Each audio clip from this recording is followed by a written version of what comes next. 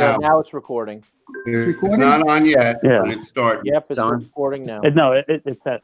Yeah, I hit record on my laptop. All right, great. Well, cool. Thank you, Chief. So, we're having a meeting to discuss the September 1st class for the Fire Academy.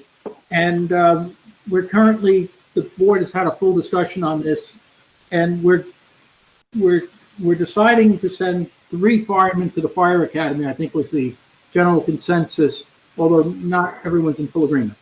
So I would make a motion that we start the process to select 3 people to send to the Fire Academy for the September 1 class, and we authorize the chief and Jamie Henstrom to communicate those wishes to Westchester County Civil Service and start the process for moving that forward. And look for a second on that. I second. And I'll take a roll call vote if you don't mind, and then we can discuss it later if you like. Commissioner Carlo? Aye.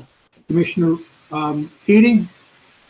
I'm going to vote no with a small, just for brevity, and I know Stu needs to get off the call, but nothing has changed since February. We don't need any new firefighters. Hiring now we're not being good stewards of the taxpayers' money. I'm going to vote no, and I'll save the rest of the discussion for another time. Okay. Thank you. And Commissioner Roach? Abstain. Okay. And Commissioner Raven? Yeah, I will vote yes.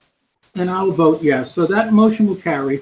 And the directives are, though, we want the chief to make his very best efforts to make sure that if there's a hiccup at the training academy or we get a resurgence, and this is Commissioner Raven pointed this out very strongly, that we do our best to get these firefighters, these probationary firefighters, active and busy in the firehouses so they're being utilized properly, and we are maximizing the taxpayer money on this expenditure. So I think because the jeopardy is that if you go and hire, which I don't want to do, and they get stuck with COVID, they're just sitting around being paid and they can't even assist the chief. That is the single biggest one of the problems here. I recommend that we reach out to Cheryl to investigate, because when I read the law, that I looked up, it's my interpretation that they can be used as firefighters. We're hiring them in a civil service class as firefighters, and we have 18 months to complete their training. Okay, very good. So we're going to target for the interview dates the 6th and the 7th. Jamie has some procedural protocols she has to do between now and then. And then towards the end of the month, the chief has to do background checks on who's ever selected, and we have IMEs as well to do. So the chief is going to tee all that stuff up. Jamie's going to tee up her civil service stuff. And hopefully we interview these folks on the 6th and the 7th. The pool of the candidates is between 6 and 9 probably, and we're only reaching into the hundreds, and that's who we're going for. And we're not touching the 95s. I know there's a very eager class of people interested in this position. So if you're in the 95 class or below, this group is not where you're going to be in right now. So right, the dates are just a housekeeping. So let's try to move it and try to figure out the dates afterwards so that Stu can actually go. Right, that's what I'm doing. So now, The next item we're going to be talking about in a minute is the Chester Heights Firehouse. But just before we do that, I'm going to read we have a 1-minute resolution. And the chief has researched a machine called a Lucas chest compression system. And it artificially compresses your chest if you had a heart attack. And it's cost $16,526.66. He had 3 competing bids, and I think so. Well, those are the 3 bids actually. So I would look for a motion. I would propose that the chief has secured 3 quotes for the Lucas chest compression system. The lowest quote, $16,526.66. That's the machine and the warranty package. And I would look for a second on that. I'll propose that motion to authorize him to go out and secure that machine for the benefit of the community. The chest compressions reminded me that we should probably say Pledge Allegiance. Oh, we did that already in executive session. Okay, good. Sorry about I'll that. second. I'll That's second. okay. So, who wants to second that? I'll second. Commissioner Carlo, and I'll roll call the board. Commissioner Keating, Aye. Commissioner Carlo, Aye. Commissioner, somebody just logged in. So Commissioner Raven, Yes. Commissioner Roach, Yes. and I'll say aye. And since my father died roughly 44 years ago with a heart attack at the age 50, I'm kind of sensitive that we have the best when it comes to this kind of stuff. You know, it's good to have. Thank you, Chief. Thank you, Commissioner. Now, we're going to have Joe's here. And Joe, you can lob in and tell us, Joe has got an RFP for the Chester Heights Firehouse floor. That floor requires replacing. And so he's designed a new floor system to put in. He's drafted the RFP. And you can tell us about it, Joe. Joe, before you speak, this is Commissioner Keating. I'm going to sign off. I'm abstaining from the Chester Heights anyway. So I just wanted to say that I'm heading out, okay? Thank you, Brian. Have a good evening. Thank you, You Brian. too. Thanks, Tom. Yeah, thank you, Dennis. Bye. Right. Okay, we completed the drawings and we just completed the specifications project manual yesterday with the attorney. So everything is pretty much ready to go. The project consists of replacing the existing apparatus floor, as well as redesigning some of the stormwater management for the side of the foundation, and the replacement of the existing driveway and apron to the firehouse, redoing the stormwater for that area, and also a portion of the sidewalk. We'll be waterproofing the existing new apparatus floor, and we will be repairing the existing ceiling of the firehouse. And that's pretty much the project. Joe, how about the waterproofing of the basement, basically the Yes. exterior floor, the Yes, closing of the coal chute?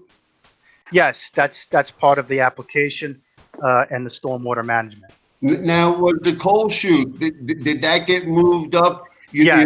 In the original drawings, it Yes. was in the boiler room, you moved it up? Yes, we revised for the exact location of that and closing it up. Yes. Thank you, thank you. So we had put together, we're finished with the project specifications, so we're ready to send it out to bid. I just need a specific date to use. For now, I had used the 27th, but it's now the 28th to send out the bid. And we need to know how many days we need to allocate for the contractors to provide us a bid. Usually it's 2 weeks, 3 weeks, a month, depending on when you need these bids in. And we need a list of contractors to send out the bids. Joe, would 45 days be an adequate amount of time? No, I think that's more than enough for bids like this, yes. 45 days would get us to what, mid-September? Yeah, and depends on your time constraint. You have to really think about that. I'm also concerned about, forget about, obviously COVID staring at us, but you have summer, you've got Labor Day, you have other things that may be interjecting during this time that offices may already, though they may be chomping at the bit to get some business, the ability to put some of this stuff together may still be kind of limited. So maybe a little bit of a larger window. Yeah, and I also have to like to add is that we are being swamped with calls because I think it was like a few weeks ago they had allowed construction. Right. Yeah. So now everybody wants to do what they wanted to do beforehand, and everybody's backlogged, and it's going to take some time. Right.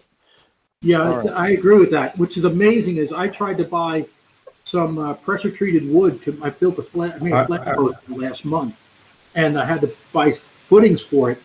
And I mean, there's no pressure treated wood around. It's a shortage. You can't go out and buy it. It's just, just doesn't exist. All right, Dennis, let's move on with the meeting. What I'm just Thank saying you. is it's gonna be more We'll expensive. pick a date. Let's get a date. Joe, we want to put it out as soon as possible. By the end of this week, it's great to get it out and publicize it, and then 45 days for return bid. Well, let's pick a date. How about September 10th or September 9th for a return? That's about 45-day calendar out for Stu. Stu, we can go with the 10th. It's midweek. Let's also just get this out of the way. So we have to understand that if people are going to be submitting this bid back, it will most likely be in a paper form, I would assume, if they're going to be submitting plans or Yes. something like that, or schematic, whatever it may be. So first we have to make sure that we have the office available for somebody to drop paperwork off. So we have to make sure that there's somebody at the firehouse to take these bids on that day by that time. So it's Yeah, either the chief or Jamie. Well, the chief is addressed in the paperwork. Right. Yes, in the project manual, it says all proposals are going to Chief Tween and the specific time and date Yeah. and the location. So we need to he'll- make sure that he's there that day, that he's not on vacation or anything of the like. So make sure that he's there to do the opening. Yeah, the opening is actually it said, That can accept the mail too. right. The opening is a specific date, Right. but they'll be receiving bids whenever they can get it in before that date. Right. So we just have to make Yeah. sure that the chief is aware when he gets off the phone. I guess he needs to be aware, or we need to be aware of his availability for the bid opening date to make sure we don't Yes. put it on a day that he's away in September or whatever the case may be, whenever he's using his time. And then Right. we'll go backwards from there. Make sure he's Right. there we want the bid opening date.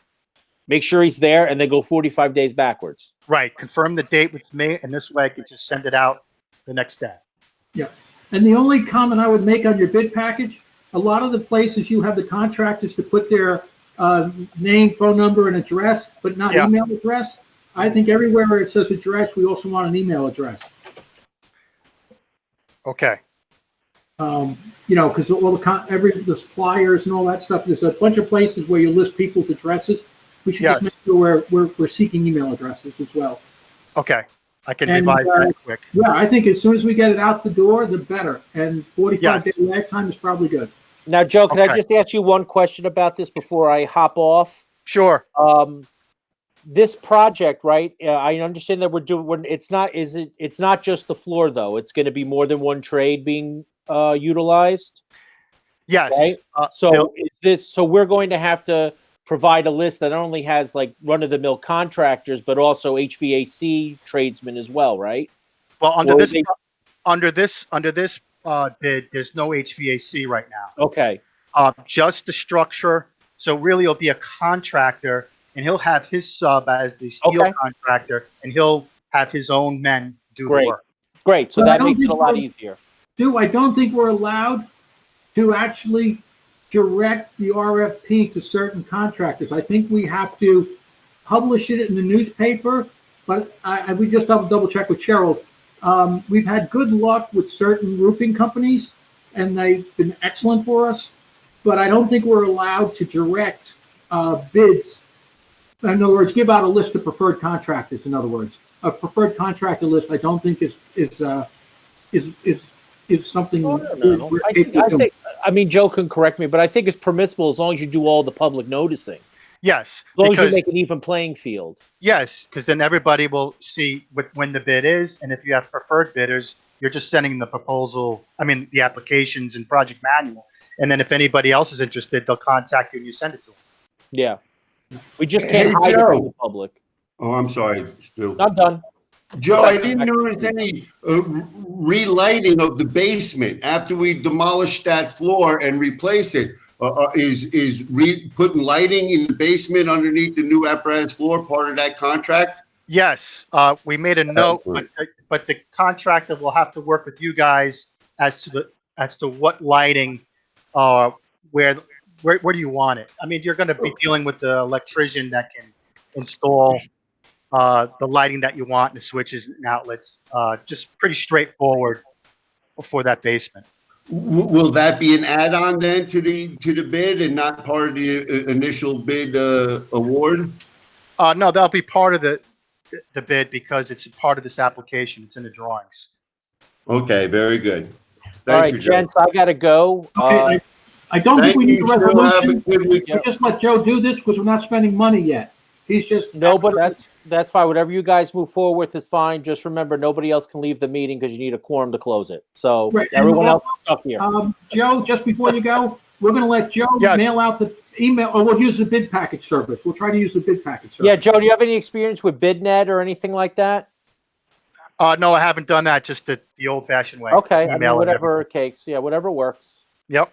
Just throwing it out there. If anybody wants to look into it, go for it. And we'll authorize Jamie to open up a BidNet account if she's allowed, if she can. All And right. we'll Yeah, go check on it out. forward. Yep. All right. See you guys. Thank you, Stu. Have Have a a good good day, Stu. night. All right, gentlemen, who else do we have to do? Chief or Jamie, do you have anything else for us right at this moment? No, I don't. I do not, Commissioner. Okay, and Jamie, you did a particularly good job putting that summary sheet together. She gave us a very good roadmap. Chief, thanks for researching the chest compressor. Joe did a nice job putting his package together.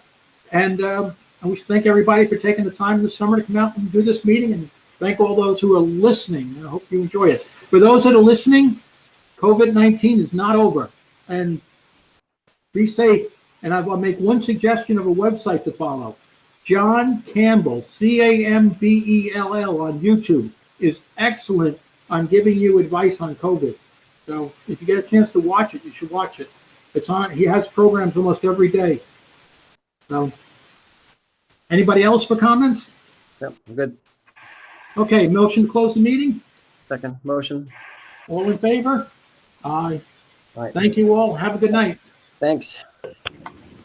Thank you, Commissioner. Okay.